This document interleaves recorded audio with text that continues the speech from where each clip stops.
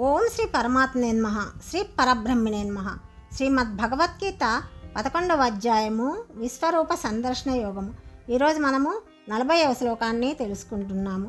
భగవానుని అర్జునుడు పలు విధాల స్తుతించి వేడుకోవడము ఈ 40వ శ్లోకంలో కూడా మనం తెలుసుకుంటాము.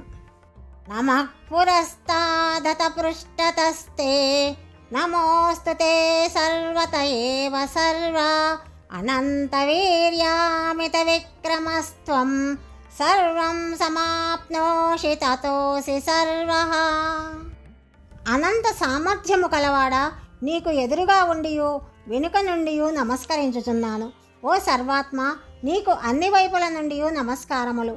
ఏలనన అనంత పరాక్రమశాలివై నీవు జగత్తంతటా వ్యాపించి ఉన్నవాడవు.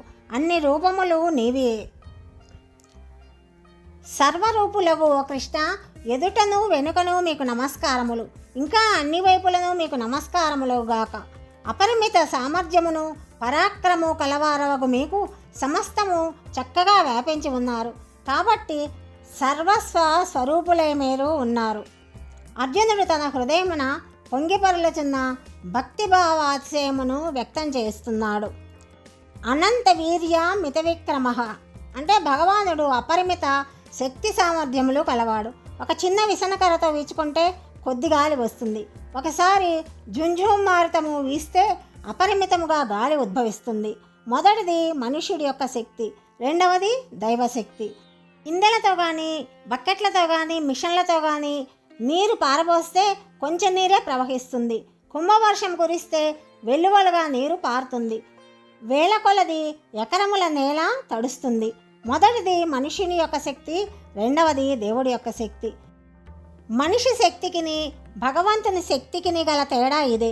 కాబట్టే అర్జునుడు భగవానుని అనంత వీర్య మిత విక్రముడుగా సంబోధించాడు.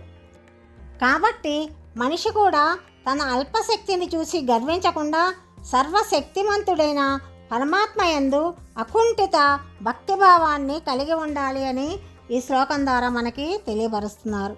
ఇంకా పరమాత్మ ఇంకను ఎలాంటివాడు అంటే ఆయన అనంత శక్తి కలవాడు, అపరిమిత పరాక్రమము కలవాడు, సర్వత్రా వ్యాపించి ఉన్నవాడు, సర్వరూపుడు అని ఈ శ్లోకంలో మనకి చెప్తున్నారు.